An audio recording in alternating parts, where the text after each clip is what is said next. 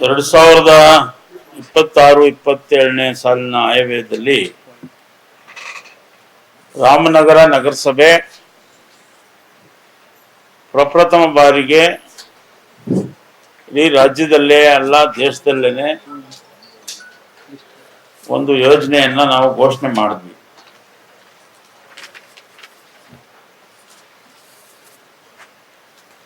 ಸುಮಾರು ಅಂದಾಜು 17,000 ಜನರು ರಾಮನಗರ ನಗರಸಭೆ ವ್ಯಾಪ್ತಿಯಲ್ಲಿನ ಅಸಂಘಟಿತ ಕಾರ್ಮಿಕರಾದಂಥ ಆಟೋ ಚಾಲಕರು, ವಿಲೇಚರ್ ಕಾರ್ಮಿಕರು, ಇತರೆ ವಾಹನಗಳ ಕಾರ್ ಚಾಲಕರು, ಇತರೆ ವಾಹನ ಲಾರಿ ಚಾಲಕರಾಗಲಿ, ಗಾರೆ ಕೆಲಸದವರು, ಕಾರ್ಪೆಂಟ್ರು, ಕೂಲಿ ಕೆಲಸದವರು, ಹೋಟ್ಲ್ ಕೆಲಸಗಾರರು, ಅಂಗಡಿಗಳಲ್ಲಿ ಕೆಲಸ ಮಾಡೋರು, ಬೀದಿ ಬದಿ ವ್ಯಾಪಾರಸ್ಥರು, ಸ್ವಸಹಾಯ ಗುಂಪಿನ ಸದಸ್ಯರು, ಬಿದಿರು ಕೆಲಸಗಾರರು, ಚಿಂದೆ ಆಯುವವರು, ಕುಶಲಕರ್ಮಿಗಳು, ಸವಿತಾ ಸಮಾಜದ ವೃತ್ತಿ ನಿರತರು, ಮಡಿವಾಳರು, ಅಕ್ಸಾಲಿಗರು, ಪೇಂಟಿಂಗ್ ಕೆಲಸಗಾರರು, ಕಟ್ಟಡ ಕಾರ್ಮಿಕರು, ಪ್ಲಂಬರ್ಸು, ಟೈಲರಿಂಗ್ ವೃತ್ತಿ ನಿರತರು ಇತ್ಯಾದಿ ಕಸಬುಗಳನ್ನ ಮಾಡ್ತಾ ಇರ್ತಕ್ಕಂಥವ್ರಿಗೆ ನಾವು ಕೆಲವು ವಿಮೆ ಯೋಜನೆಗಳನ್ನು ಪ್ರಾರಂಭ ಮಾಡಲು ಅನುದಾನವನ್ನು ನಿಗದಿಪಡಿಸಿದ್ದೇವೆ. ಅದರಲ್ಲಿ ಏನಪ್ಪಾ ಅಂದ್ರೆ ಫಲಾನುಭವಿಗಳು ಕಡ್ಡಾಯವಾಗಿ ರಾಮನಗರ ನಗರಸಭೆಯ ವ್ಯಾಪ್ತಿಯಲ್ಲಿ ವಾಸ ಮಾಡ್ತಾ ಇರಬೇಕು. ಪ್ರಾರಂಭಿಕ ವಿಮಾ ವಂತಿಕೆಯನ್ನ ನಗರಸಭೆಯಿಂದ ಕೊಡಲಾಗ್ತದೆ. ಕೆಲವು 1 ರಿಂದ 3 ವರ್ಷಗಳು ಅವನ್ನ ನಾವು ಕಟ್ತೀವಿ ನಗರಸಭೆಯವರು. ಅದಾದ್ಮೇಲೆ ಅವ್ರಿಗೆ ಇದರ ಒಂದು ಪ್ರಯೋಜನಗಳನ್ನ ತಿಳಿಸಿ ಮುಂದಿನ ದಿನಗಳಲ್ಲಿ ಅವರು ಇದನ್ನ ಮುಂದುವರ್ಸ್ಕೊಂಡು ಹೋಗ್ಬೇಕು ಅನ್ನೋದು ನಮ್ಮ ಉದ್ದೇಶ.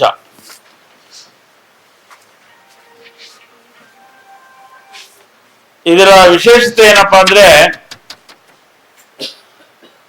ಪ್ರಧಾನ ಮಂತ್ರಿ ಜೀವನ್ ಜ್ಯೋತಿ ಯೋಜನೆ PMJJY ಇದರಲ್ಲಿ ಯಾರು ಬೇಕಾದ್ರೂ ಜೀವ ವಿಮೆ ಮಾಡಿಸ್ಬೋದು. 18 ರಿಂದ 50 ವರ್ಷ ವಯಸ್ಸಿನ ಒಳಗಡೆ ಇರಬೇಕು. ವಾರ್ಷಿಕವಾಗಿ 436 ರೂಪಾಯಿ ಮಾತ್ರ. ಒಬ್ಬ ವ್ಯಕ್ತಿ ಮರಣ ಹೊಂದಿದ್ರೆ 2 ಲಕ್ಷ ರೂಪಾಯಿಯನ್ನ ಪಡಿಬಹುದು.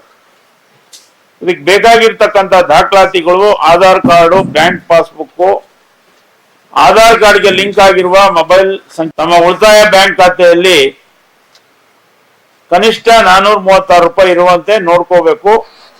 ಇದು ಆಟೋಮೆಟಿಕ್ ಆಗಿ ಪ್ರತಿ ವರ್ಷ ಸ್ವಯಂ ಚಾಲಿತವಾಗಿ 436 ರೂಪಾಯಿ ಹಣ ಆಟೋ ಡೆಬಿಟ್ ಆಗ್ತದೆ. ಇದು PMJJY ಪ್ರಧಾನ ಮಂತ್ರಿ ಜೀವನ್ ಜ್ಯೋತಿ ಯೋಜನೆ. ಇನ್ನೊಂದು ಪ್ರಧಾನ ಮಂತ್ರಿ ಸುರಕ್ಷಾ ಬಿಮಾ ಯೋಜನೆ PMSBY. ಇದು ಅಪಘಾತ ವಿಮೆ ಯೋಜನೆ ಆಗಿರ್ತದೆ. ಇದು ಕೂಡ ಎಲ್ಲರೂ ಕೂಡ ಈ ವಿಮೆ ಮಾಡಿಸಲು ಅರ್ಹರಾಗಿರ್ತಾರೆ. 18 ರಿಂದ 70 ವರ್ಷ ವಯಸ್ಸಿನ ಒಳಗಡೆ ಇರಬೇಕು. ಇದು ವಾರ್ಷಿಕವಾಗಿ 20 ರೂಪಾಯಿ ಮಾತ್ರ.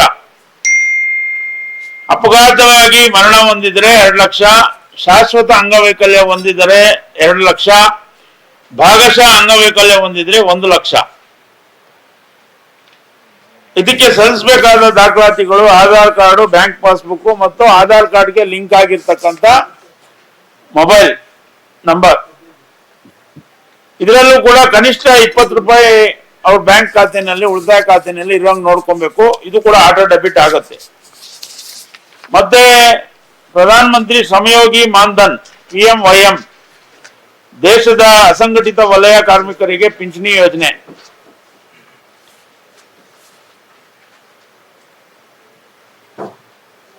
ಈ ಯೋಜನೆಗೆ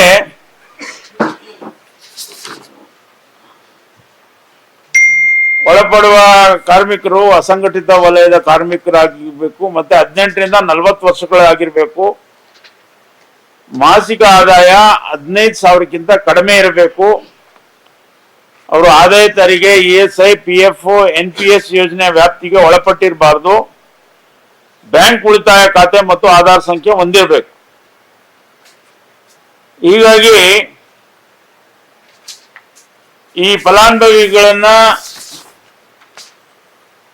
ಈ ಕೆಳಗಡೆ ಅನುಬಂಧದಲ್ಲಿ ತಿಳಿಸಿರುವಂತೆ ಆರಂಭಿಕ ವಂತಿಕೆ ನಗದು ರೂಪದಲ್ಲಿ ಪಾವತಿಸೋದು ಮತ್ತು ತದನಂತರದ ಮಾಸಿಕ ವಂತಿಕೆಯನ್ನ ಅವರ ಖಾತೆಯಿಂದ ಆಟೋ ಡೆಬಿಟ್ ಮೂಲಕ ಕಟಾವು ಮಾಡಿಕೊಳ್ಳಲಾಗ್ತದೆ.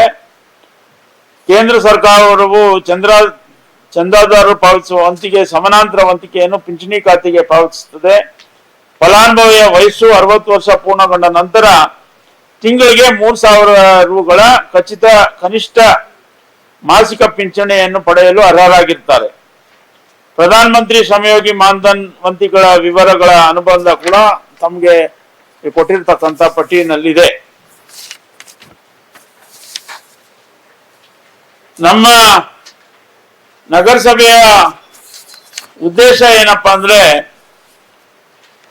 ಸಾವಿರಾರು ಸಂಖ್ಯೆನಲ್ಲಿರ್ತಕ್ಕಂಥ ಅಸಂಘಟಿತ ವಲಯಗಳ ಕಾರ್ಮಿಕರಿಗೆ, ಬಹಳಷ್ಟು ಜನರಿಗೆ ವಿಮೆ ಬಗ್ಗೆ ಮಾಹಿತಿ ಇಲ್ಲದೆ ಇರ್ತಕ್ಕಂಥದ್ದು ಅಥವಾ ಗೊತ್ತಿದ್ದೋ ಗೊತ್ತಿಲ್ಲದೇನೋ ಅವರು ಅದ್ರ ವ್ಯಾಪ್ತಿಗೆ ಒಳಪಡ್ತಾ ಇರ್ತಕ್ಕಂಥದ್ದು ಅಥವಾ ವಿಮೆ ಮಾಡಿಸದೆ ಇದ್ದವ್ರಿಗೆ ಆಕಸ್ಮಿಕವಾಗಿ ಏನಾದ್ರು ತೊಂದರೆಗಳಾದಂಥ ಸಂದರ್ಭದಲ್ಲಿ ಬಡತನ ರೇಖೆಯಿಂದ ಕೆಳಗಡೆ ಇರ್ತಕ್ಕಂಥವ್ರು ಬಹಳ ತೊಂದರೆ ಅನುಭವಿಸ್ತಾರೆ.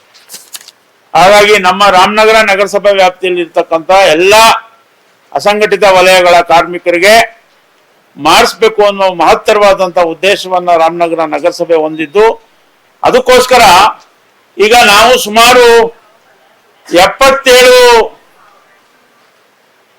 ಜನರನ್ನ ಸಮೀಕ್ಷೆ ಮಾಡೋದಕ್ಕೆ ನಾವು ಇವತ್ತಿಂದ ಪ್ರಾರಂಭ ಮಾಡ್ತಾ ಇದ್ವಿ. ಅದು 8 ಜನ ತಂಡದ ಮುಖ್ಯಸ್ಥರನ್ನಾಗಿ ಮಾಡಿದ್ದೇವೆ. 8 ತಂಡಗಳು ಮಾಡಿ ಅಪಘಾತ ವಿಮೆ, ಜೀವ ವಿಮೆ, ಪಿಂಚಣಿ ಯೋಜನೆ ಇವೆಲ್ಲವನ್ನೂ ಕೂಡ ವ್ಯಾಪ್ತಿಗೆ ತಂದು, ಆಗಲೇ ಹೇಳಿದಂಗೆ ಆಟೋ ಡ್ರೈವರ್ಗಳು, ವಿಲೇಚರ್ನವರು, ಚಿಂದಿಯಾಯವರು, ಬೀದಿ ಬದಿ ವ್ಯಾಪಾರಿಗಳು, ಸ್ವಸಹಾಯ ಗುಂಪಿನ ಸದಸ್ಯರು, ಟೈಲರಿಂಗು, ಕಟ್ಟಡ ಕಾರ್ಮಿಕರು, ಸ್ವಯಂ ಉದ್ಯೋಗಿಗಳು, ಗೃಹ ಆಧಾರಿತ ಕಾರ್ಮಿಕರು, ಬೀಡಿ ಕಾರ್ಮಿಕರು, ಇನ್ನು ಅನೇಕ ಶ್ರಮಜೀವಿಗಳು ಯಾರು ಬಡತನ ರೇಖೆಯಿಂದ ಕೆಳಗಡೆ ಇರ್ತಾರೋ ಅವರೆಲ್ಲರನ್ನೂ ಕೂಡ ನಾವು ವಿಮೆ ವ್ಯಾಪ್ತಿಗೆ ಒಳಪಡಿಸಬೇಕು ಅನ್ನುವ ಒಂದು ಸದುದ್ದೇಶದಿಂದ ರಾಮನಗರ ನಗರಸಭೆ ಈ ಕಾರ್ಯಕ್ರಮವನ್ನ ಕೈಗೆತ್ತಿಕೊಂಡಿದೆ. ಹಾಗಾಗಿ ನಾವು ಸರ್ವೆ ಮಾಡೋದಕ್ಕೆ ಸುಮಾರು 85 ಜನ, ಅದರಲ್ಲಿ 77 ಜನ ಸಮೀಕ್ಷೆ ಮಾಡ್ತಾರೆ, 8 ಜನ ಮಾನಿಟರ್ ಮಾಡ್ತಾರೆ. ಅದಕ್ಕೆ ಈಗ 77 ಜನರು ಕೂಡ ಇವತ್ತಿಂದ ನಾವು ಅವರು ಬಿಸಿಲು ಕಾಲದಲ್ಲಿ ಮಾಡೋದಕ್ಕೆ ಅವ್ರಿಗೆ ಏನು ಸಲಕರಣೆಗಳು ಬೇಕೋ ಅವೆಲ್ಲ ವ್ಯವಸ್ಥೆ ಮಾಡಿದ್ದೀವಿ. ಪ್ರತಿಯೊಬ್ಬರು ಕೂಡ ಈ ಒಂದು ಸೌಲಭ್ಯ ನಾವೇನು ಕೊಡ್ತಾ ಇದ್ದೀವಿ, ಈ ಸೌಲಭ್ಯದಿಂದ ಯಾರು ತಪ್ಪಿಸ್ಕೋಬಾರ್ದು ಅಂತ ನೋಡ್ಕೊಳ್ಳೋ ಜವಾಬ್ದಾರಿ ರಾಮನಗರ ನಗರಸಭೆದಾಗಿದ್ದು, ಅದಕ್ಕೋಸ್ಕರ ನಾವು ಪ್ರತಿ ಮನೆಗೂ ಅಥವಾ ಪ್ರತಿ ಏರಿಯಾದಲ್ಲಿ ಹೋಗಿ ಯಾರು ಕಾರ್ಮಿಕರಿದ್ದಾರೆ ಅವರ ಡಾಟಾವನ್ನು ಕಲೆಕ್ಟ್ ಮಾಡ್ತಕ್ಕಂಥ ಕೆಲಸವನ್ನ ಪ್ರಾರಂಭ ಮಾಡ್ತಾ ಇದ್ದೀವಿ. ಆಯಾ ವಾರ್ಡ್ಗಳಲ್ಲಿ ನಮ್ಮ ನಗರಸಭಾ ಸದಸ್ಯರುಗಳ ಸಹಕಾರದೊಂದಿಗೆ ಎಲ್ಲ ಈ ಒಂದು ಸಮೀಕ್ಷಾ ತಂಡದವರು ಪ್ರತಿಯೊಬ್ಬರು ಕೂಡ ಹೋಗಿ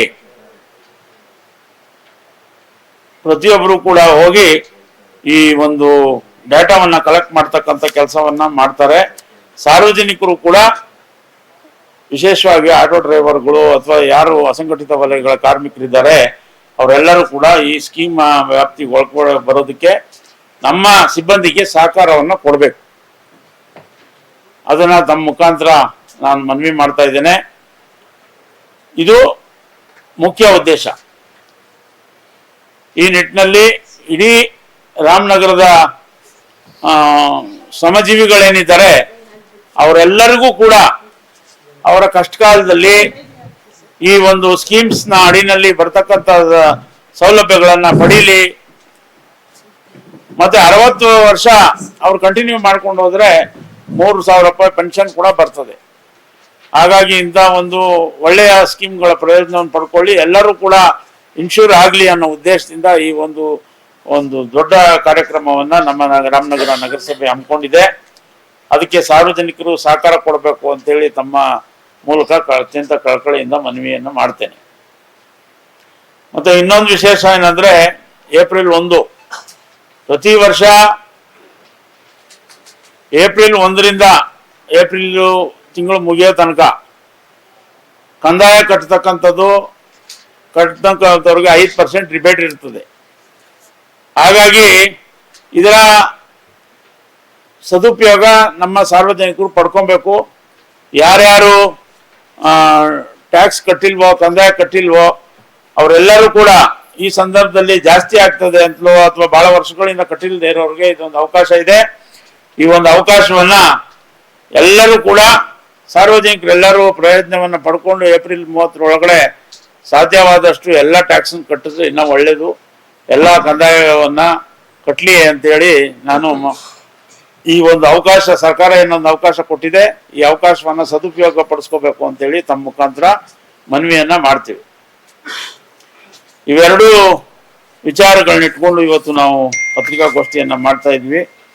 ಮತ್ತೊಮ್ಮೆ ಈ ನಮ್ಮ ಸಮೀಕ್ಷಾ ಕಾರ್ಯಕ್ಕೆ ಸಾರ್ವಜನಿಕ ಸಹಕಾರ ಕೊಡಬೇಕು. ನಮ್ಮ ನಗರಸಭಾ ಸದಸ್ಯರುಗಳು ಕೂಡ ಎಲ್ಲರೂ ಜೊತೆಗೆ ನಿಂತು, ಯಾಕೆಂದ್ರೆ ಪ್ರತಿಯೊಬ್ಬ ಕಾರ್ಮಿಕರಿಗೆ ಅಥವಾ ಯಾರು ಬಡವರಿದ್ದಾರೆ ಅವರೆಲ್ಲರಿಗೂ ಕೂಡ ಇದು ಪ್ರಯತ್ನ ಪಡ್ಕೊಳ್ಳುವಂತ ಆಗ್ಬೇಕು.